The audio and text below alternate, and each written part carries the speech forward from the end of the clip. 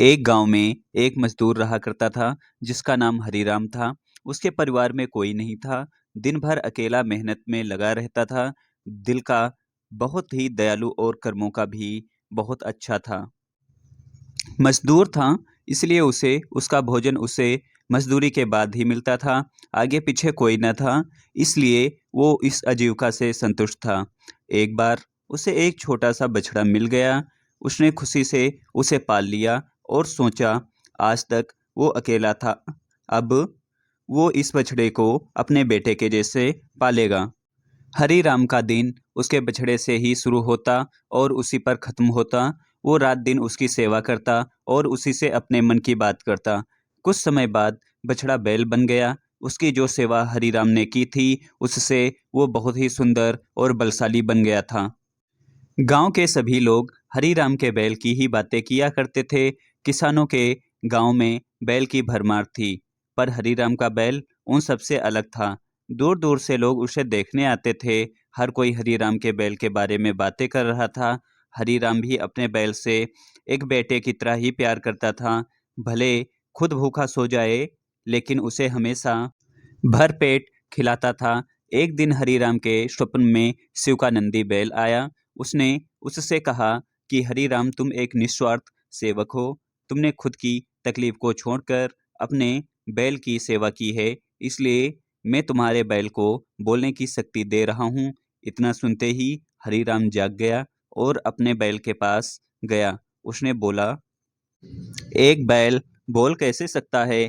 तभी अचानक आवाज आई, बाबा, आपने मेरा ध्यान एक पुत्र की तरह रखा है। मैं आपका आभारी हूँ और आपके लिए कुछ करना चाहता हूँ।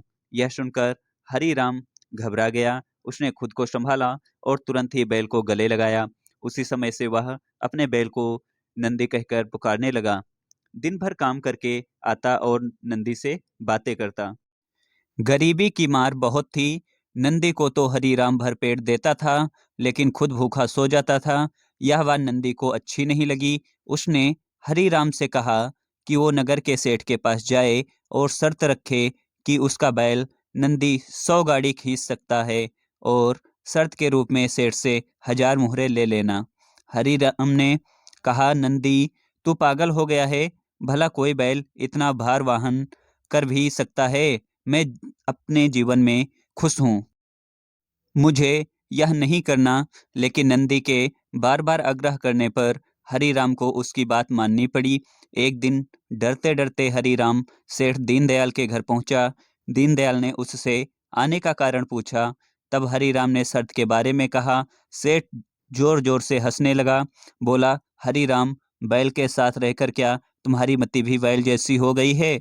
अगर शर्त हार गए तो 1000 मुहर के लिए तुम्हें अपनी झोपड़ी तक बेचनी पड़ेगी। यह सुनकर हरीराम और अधिक डर गया, लेकिन मुंह से निकली बात पर मुकर भी नहीं सकता था। शर्त का दिन तय किया गया और सेठ दीनदयाल ने पूरे गांव में ढोल पिटवाकर इस प्रतियोगिता के बारे में गांव वालों को खबर दी और सभी को यह अद्भुत नज़ारा देखने बुलाया। सभी खबर सुनने के बाद हरीराम का मजाक उड़ाने लगे और कहने लगे कि यह शर्त तो हरीराम ही हारेगा। यह सब सुन सुनकर हरी राम को और अधिक डर लगने लगा और उससे नंदी से घृणा होने लगी। वो उसे कोसने लगा, बार बार उसे दोष देता और कहता कि मैंने कहाँ इस बैल को पाल लिया, मेरी अच्छी भली कट रही थी, इसके कारण सर की छत से भी जाऊंगा और लोगों की थू थू होगी, वो अलग। अब हरीराम को नंदी बिल्कुल भी रास नहीं आ रहा था। वह दिन आ गया जिस दिन प्रतियोगिता होनी थी। 100 माल से भरी गाड़ियों के आगे नंदी को जोता गया और गाड़ी पर खुद हरीराम बैठा। सभी गांव वाले यह नज़ारा देख हंस रहे थे और हरीराम को बुरा भला कह रहे थे। हरीराम ने नंदी से कहा, देख, तेरे कारण मुझे कितना सुनना पड़ रहा है। मैंने तुझे बेटे जैसे पाला था और तूने मुझे सड़क पर लाने का काम किया। हरीराम के ऐसे घृणित शब्दों के कारण नंदी को गुस्सा आ गया और उसने ठान ली कि वो एक कदम भी आगे नहीं बढ़ाएगा। और इस तरह हरीराम शर्त हार गया। सभी ने उसका मजाक उड़ाया और उसे अपनी झोपड़ी सेठ को देनी पड़ी। अब हरीराम नंदी के साथ मंदिर के बाहर पड़ा हुआ था और नंदी के सामने रो रो कर उसे कोस रहा था। उसकी बातें सुन नंदी को सहा नहीं गया और उसने कहा, बाबा हरी राम, यह सब तुम्हारे कारण हुआ। यह सुन हरी राम चौंक गया। उसने गुस्से में पूछा कि क्या किया मैंने? तुमने भांग कर रखी है क्या? तब नंदी ने कहा कि तुम्हारे प्रेम के बोल के कारण ही भगवान ने मुझे बोलने की शक्ति दी और मैंने तुम्हारे लिए यह सब करने की सोची, लेकिन तुम उल्टा मुझे ही कोसने लगे और मुझे बुरा भला कहने लगे। तब मैंने ठानी मैं तुम्हारे लिए कुछ नहीं करूँगा, लेकिन अब मैं तुमसे फिर से कहता हूँ कि मैं 100 गाड़ियाँ खींच सकता हूँ। तुम जाकर फिर से शर्त लगाओ और इस बार अपनी झोपड़ी और 1000 मुहरे की शर्त लगाना।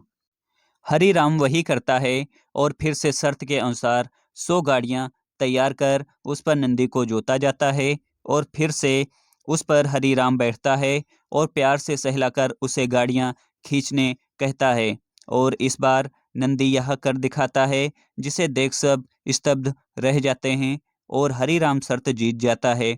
सेठ दीनदयाल उसे उसकी झोपड़ी और 1000 मुहरे देता है।